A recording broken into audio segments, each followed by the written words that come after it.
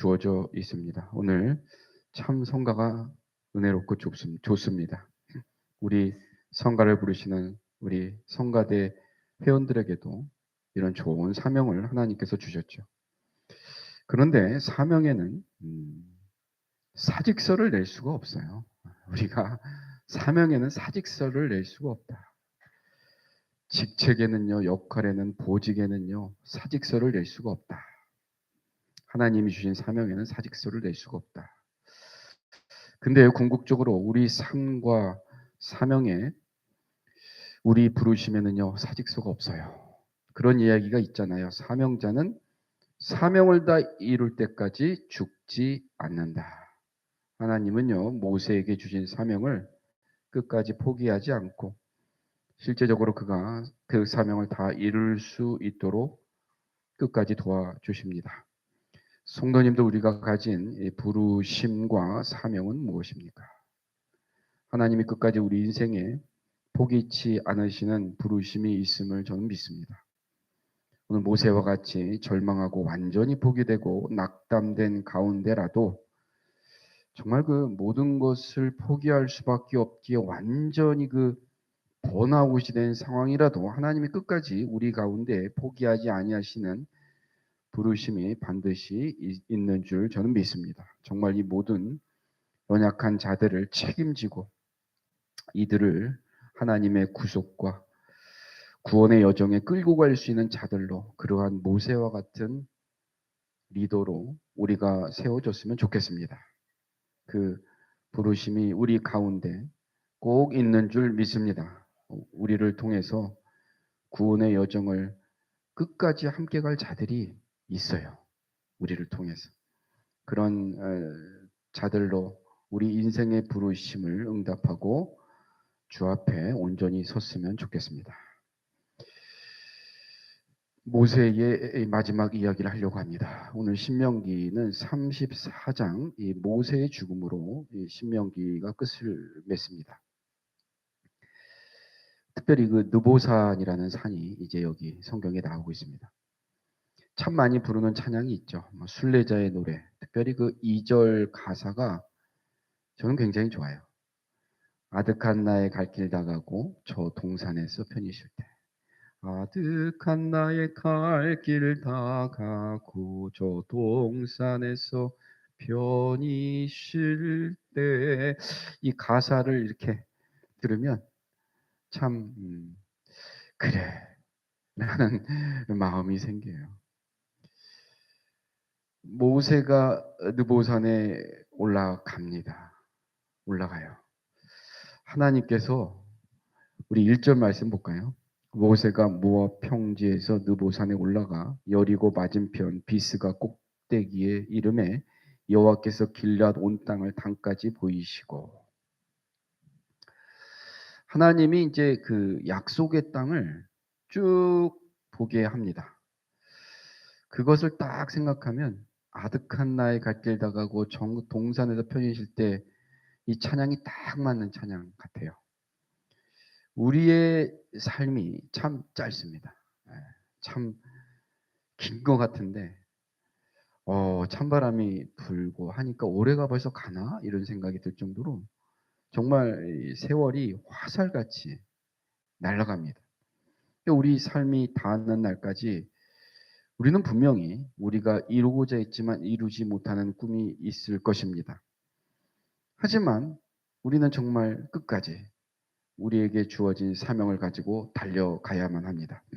우리는 모두 무슨 삶을 살고 있냐면요. 순례자의 삶을 살고 있기 때문입니다.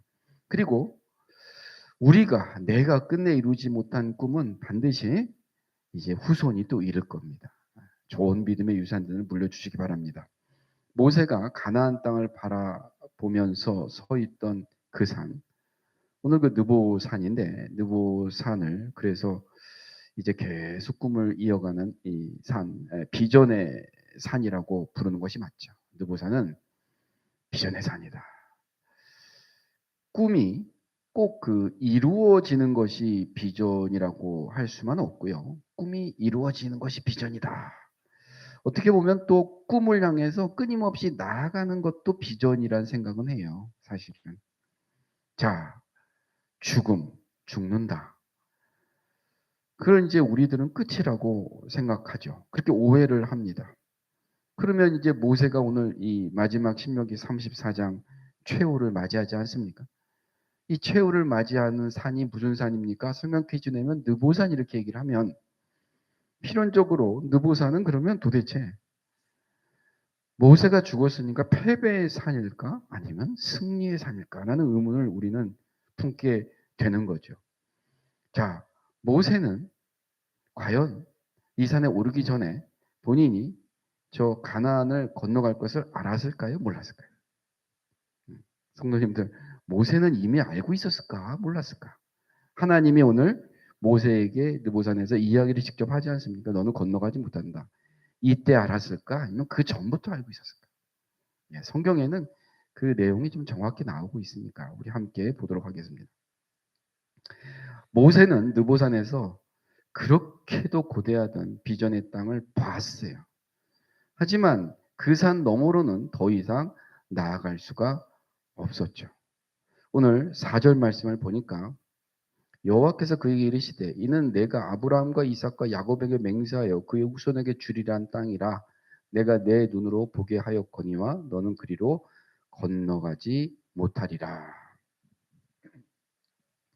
이 말씀을 보면 지금 모세가 바라보는 약속의 땅은 하나님께서 모세에게만 약속한 땅이 아니라 그 이전 그의 조상 아브라함, 이삭, 야곱에게 주시기로 한 땅입니다. 자, 이스라엘 백성이 애굽의 종살이로 한 횟수가 한 430년. 근데 뭐 성경에는 또 400년도 나오고 430년도 나오기 때문에 좀 헷갈리긴 합니다.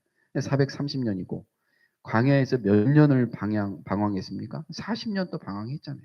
그러면 적어도 한 대략 500년 전에 그 약속의 땅으로 주셨던 그 땅을 하나님께서 직접 모세에게 다 보여주시는 것입니다. 그 땅을 앞에 둔 모세에게 이 순간은 과연 그럼 승리의 순간일까? 패배의 순간일까?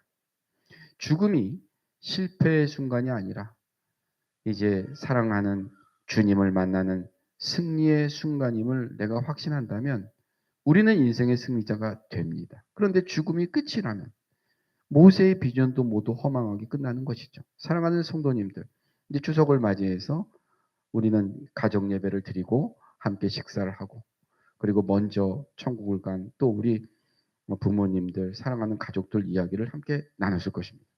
사랑하는 가족 지인들 먼저 보내신 분들도 있을 겁니다. 우리는 주님의 품에서 나를 반기는 그들 또한 함께 만나게 될 것입니다.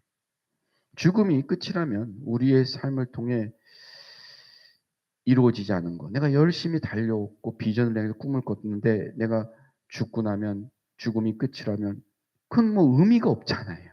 예. 내가 죽었는데 아무 죽음이 끝이라고 생각하는 사람에게 이게 무슨 의미가 되겠습니까? 그러니까 죽음이 끝이라면 우리의 삶을 통해 이루어지지 않는 모든 것의 의미는 완전히 상실되게 되지요. 자, 하나님께서 모세에게 가나안 땅을 보여 주었지만 안타깝게도 그 땅에 들어가지 못합니다. 왜냐하면 하나님께서는 딱 거기까지야. 하나님은 참 쓰시는데 보시면 딱 거기까지라고 하면 거기까지인 거예요. 예.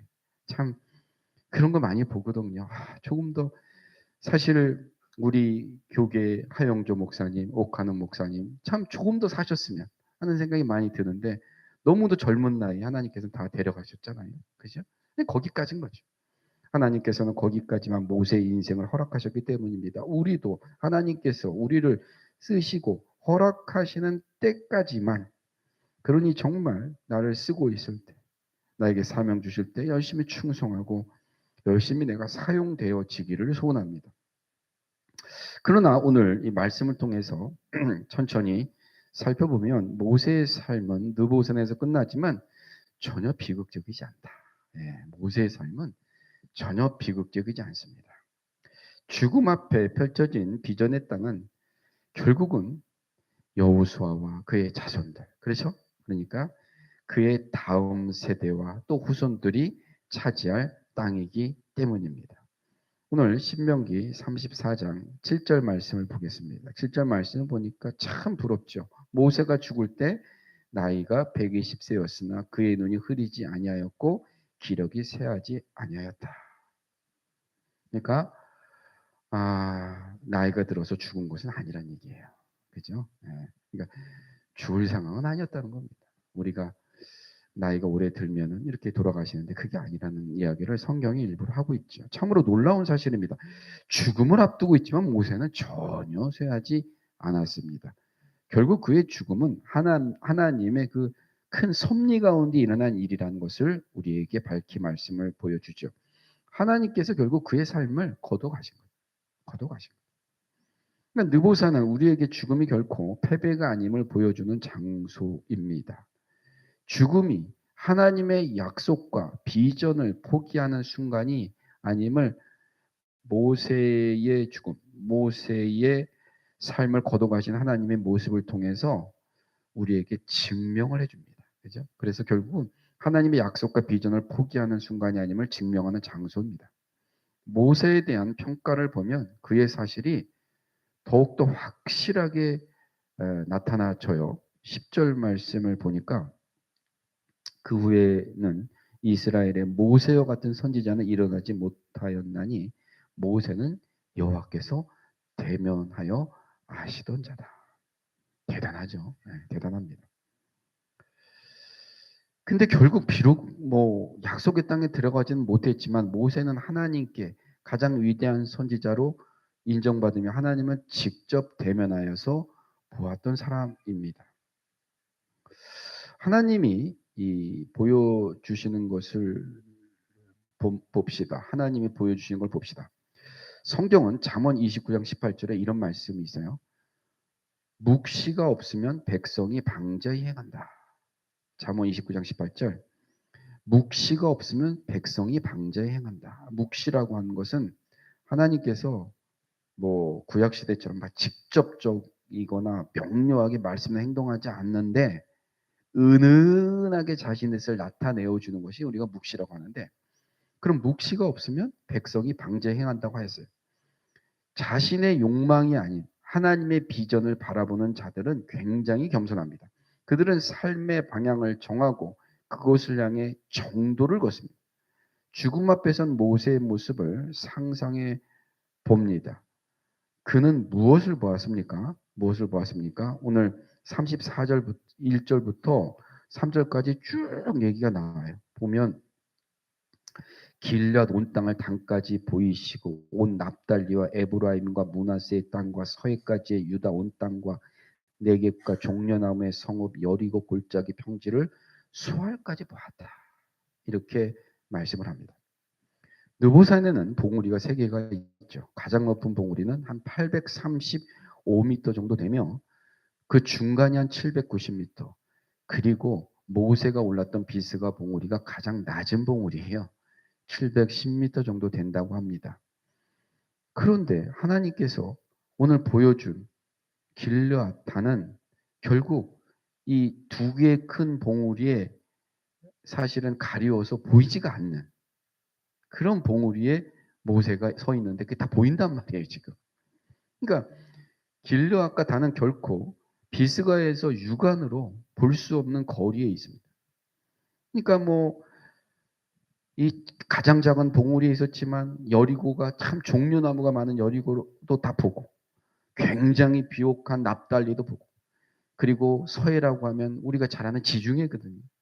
파도가 넘실거리는 지중해까지를 다 본 거예요. 작은 봉우리에서. 결국은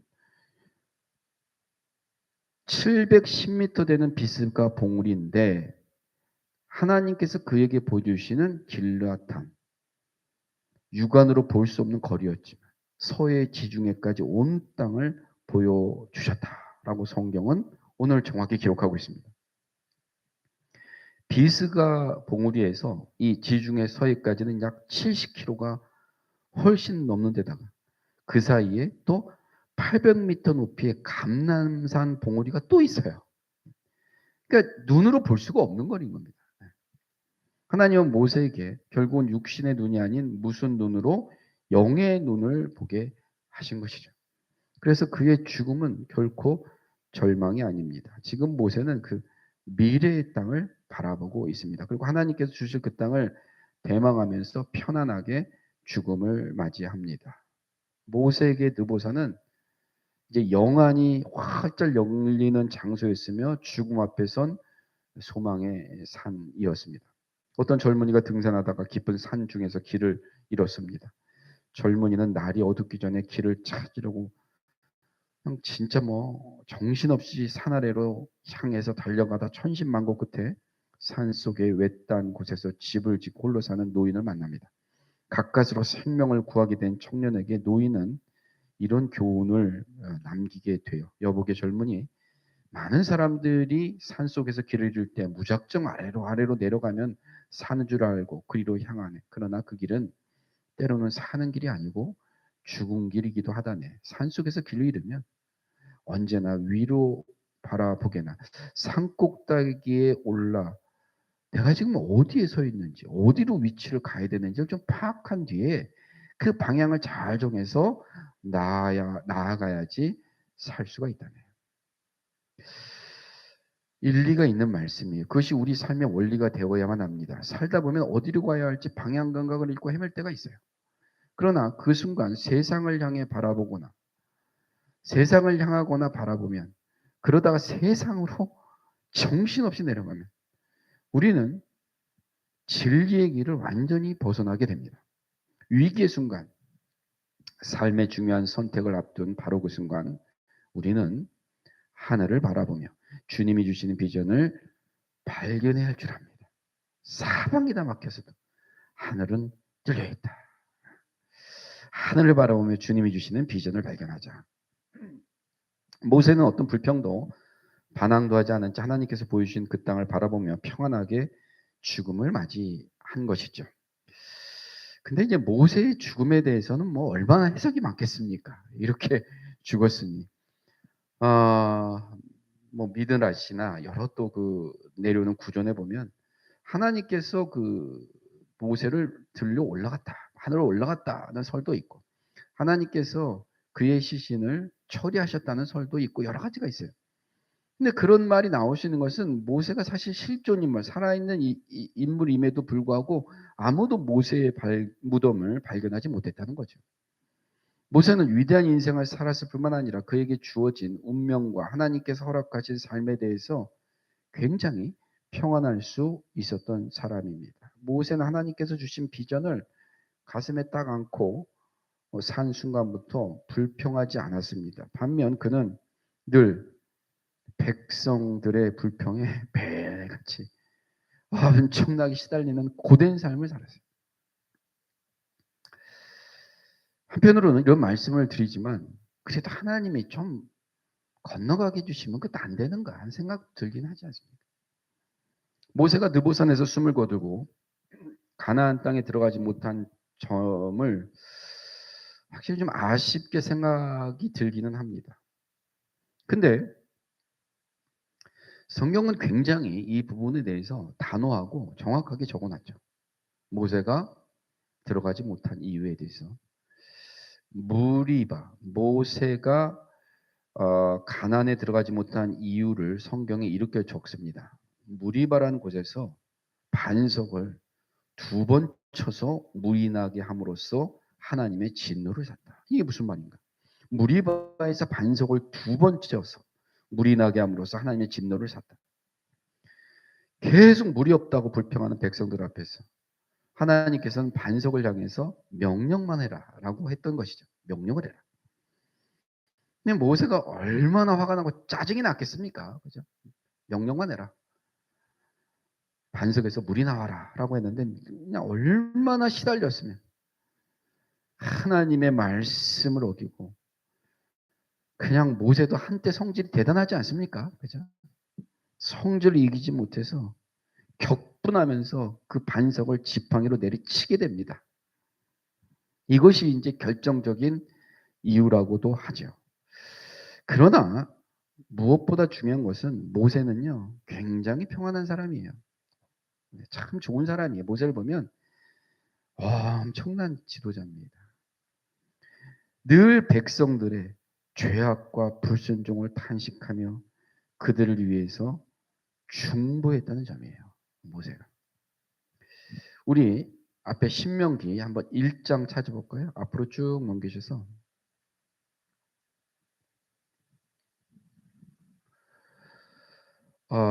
1장 37절 말씀을 보면 1장 37절 신명기는 34장으로 끝나는데 1장에 이미 모세는 본인이 못 들어간다고 알고 있었어요.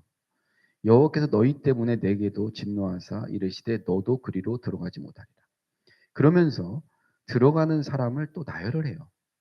여기 36절 말씀 보세요. 오직 여분네 아들 갈렙은 온전히 여호와께 순종하였은즉 그는 그것을 볼 것이요. 38절 보십시오. 네 앞에 있는 눈의 아들 여호수아는 그리로 들어갈 것이다. 근데 나는 못 들어간다. 라는 말씀을 이미 신명기 1장에 기록을 했어요. 여호와께서 너희들 때문에 내게도 진노하사 이르시되 너도 그리로 들어가지 못하리라. 결국 1세대는 여호수아와 갈렙 빼고는 다 들어가지 못한 상황을 정확히 본인 또한 거기에 포함되어 있음을 안타깝게 여깁니다. 여기에는 정말 본인의 안타까움이 있죠. 너희들 때문에.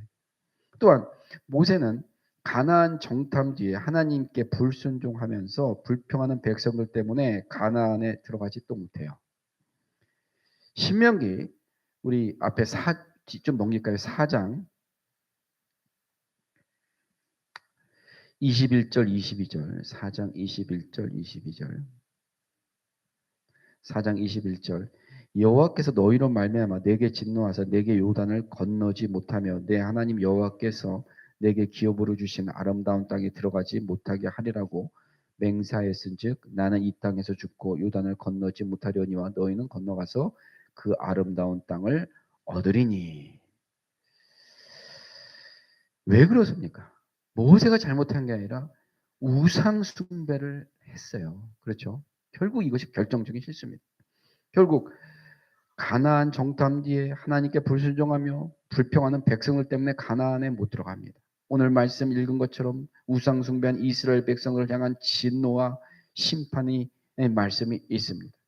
이스라엘의 불신과 반역과 죄악으로 모세가 대신 하나님의 진노를 받았어요. 근데 참 모세가 대단한 게 하나님의 진노를 받고 모세의 그 다음 기도가 대단합니다. 모세가 뒤에 이어지는 그 앞쪽에 출애굽기 32장에 보면 이렇게 해요. 내가 그 짐 다 짓게요. 그 대신 우리 후손을 들어가게 해주세요. 라는 기도를 해요. 모세가. 그것이 출애굽기 32장 31절 32절 유명한 기도예요. 모세가 여호와께로 다시 나아가 여짜오되 이 백성이 자기들을 위하여 금신상을 만들어 싸우니 큰 죄를 범하였나이다. 그러나 이제 그들의 죄를 사하시옵소서. 그러지 아니하시오면 원하건대 주께서 기록하신 책에서 내 이름을 지워버려 주옵소서. 모세를 통하여서 느끼는 점이 있어요. 제가 하나님이 모세의 그 무리바의 반석을 친 것을 좀 용서해 주면 안 될까? 그렇지 않습니까? 그게 또 보면 엄청나게 큰 죄였나? 라는 생각도 들긴 해요. 근데 여기서 중요한 것은 모세를 통하여서 우리가 느낀 것은 뭐냐면 반드시 죄의 값은 지불이 되더라. 이게 좀 무섭습니다. 그렇죠? 그냥 넘어가지는 않는구나. 결국 죄의 값이 지불이 되어야 함을 봅니다. 이스라엘 백성의 불평과 죄로 인한 죄값을 모세가 올곧게 지죠. 그리고 아무도 보지 못한 그 땅을 바라보며 하나님께 부르심을 받습니다. 근데 또 생각해 보면 모세가 꼭 가나안 땅을 들어갔어야 하는가? 라는 생각을 하기는 해요. 왜냐하면 모세가 가나안을 들어가지 못했다. 하나님은 모세를 너무나 사랑했겠죠. 왜 가나안 땅을 적과 꿀이 흐른다고 했냐? 그냥 유목민족 아닙니까? 그죠? 풀이 나면 거기 가서 먹고 살다가 풀이 떨어지면 또 다 옮기고 그러니까 삶이 이게 고달프잖아요. 뭐 어떻게 정착해 살아야 되는데. 근데 저 가나안 땅에 가면 농사를 질 수 있는 정말 편안한 어떻게 보면 그러한 땅이니까 그런 적과 꿀은 흐르는 좋은 땅이었지만 거기 또한 죄된 인간이 사는 곳이므로 죄와 아픔과 고통과 병과 늙음이 있는 곳이 될 수밖에 없기 때문에 어떻게 보면 모세에게 굳이 그 가나안을 허락하지 않을 수도 있었겠다. 개인적인 생각을 하게 돼요. 더 이상 죄가 개입하지 않는 요한계시록 22장 이제 1절에서 5절 보면 형용할 수 없죠. 영광스럽고 거룩한 성 이것이 모세에게 예비되어 있기 때문이다 라는 생각도 하긴 합니다. 결국 보면 이스라엘의 불평과 죄로 인한 죄값을 모세가 지는데 불평에도 큰 대가가 따라요. 성도님도 오늘 말씀을 제가 보면 불평에는 엄청난 대가가 따른다. 그러니까 우리가 불평 많이 하지 마십시오. 하나님은 감사를 잃어버린 불평 가장 싫어해요. 성경 보면 엄청나게 싫어하시고 거기에 대해서 죄를 물으세요. 하나님은 이스라엘 백성들 모두에게 비전 꿈을 주셨어요. 너무도 힘들어하던 그 종살이 애굽에서 적과 꿀이 흐르는 가나안 땅으로 인도에 내실이란 비전을 주셨어요. 그리고 하나님은 이스라엘 백성과의 인격적인 만남 곧 예배를 원하시며 그들을 출애굽시키시는 이유를 이렇게 말합니다. 내가 너희를 출애굽시키는 것은 출애굽기 6장 7절 너희를 내 백성으로 삼고 나는 너희 하나님이 되리니 이것이 이유예요. 너희는 내 백성으로 삼고 너희를 내 백성으로 삼고 나는 너희 하나님이 되리니 하나님의 비전에 순종한 사람들만이 가나안 땅에 결국 들어갔습니다. 불평한 자들은 아무도 못 들어가요. 어느 목사님의 설교를 듣다가 원망도 습관이다. 맞아요. 원망도 습관이란 말을 들었는데 원망하는 사람들은 천국 가서도 이렇게 얘기할 거예요. 너무 심심한데 왜 이렇게 편하냐 천국. 도대체 왜 이렇게 편해? 라고 원망할 수 있어요. 불평하는 사람들은 원래 하나님의 축복, 은혜와 축복을 깨닫지 못한 채 그냥 자기 삶에 대해 불만이 가득 찹니다. 또한 자신을 향한 비난을 참지 못하는 사람들은 비난 그 자체보다 비난의 말이 자신의 콤플렉스를 확인시켜 주기에 누군가 자신을 비난할 때 불가치화를 냅니다. 사탄은 자꾸 우리의 단점을 확인시키며 우리를 아주 무기력하게 만들어요. 그렇게 우리가 하나님의 비전을 이루어가는 것을 방해합니다. 하지만 모세가 이스라엘 백성의 불평과 불만, 불순종의 죄를 대신하며 대가를 치렀던 것처럼 예수님은 우리의 모든 죄와 어둠의 세력에 대해서 대가를 치르셨다.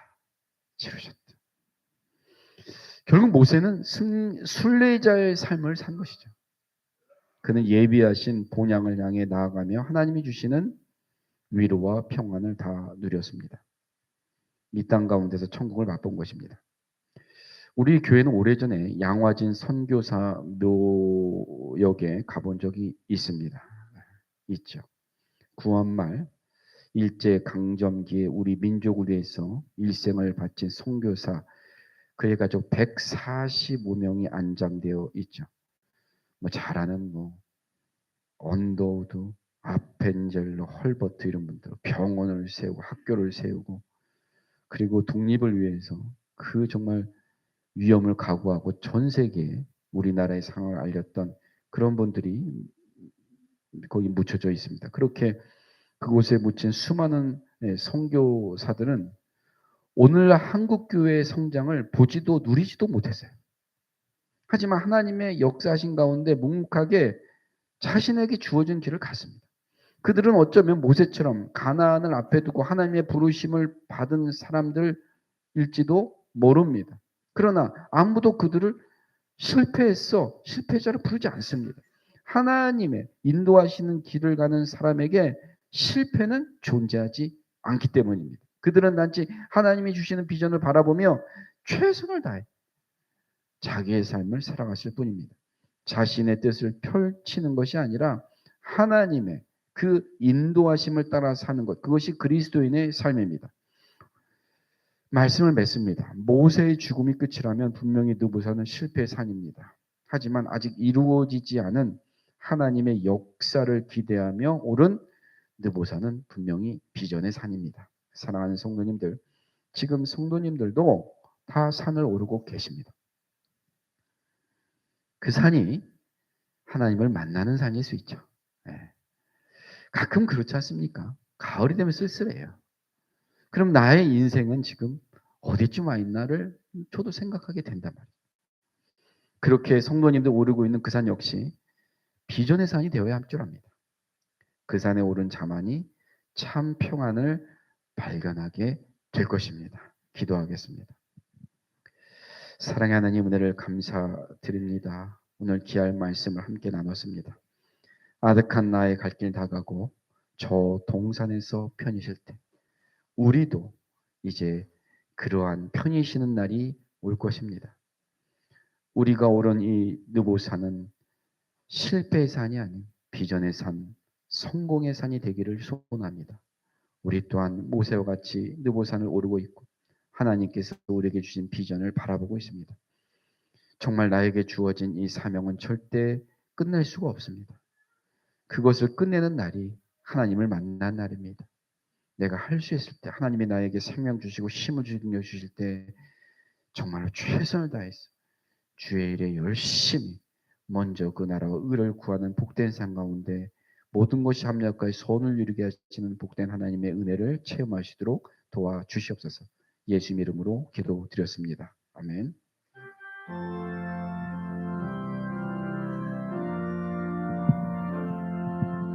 이 말씀 따라 사는 동안 지치지 않게 하시고 이 말씀 따라 사는 동안 주님 나라 이루소서.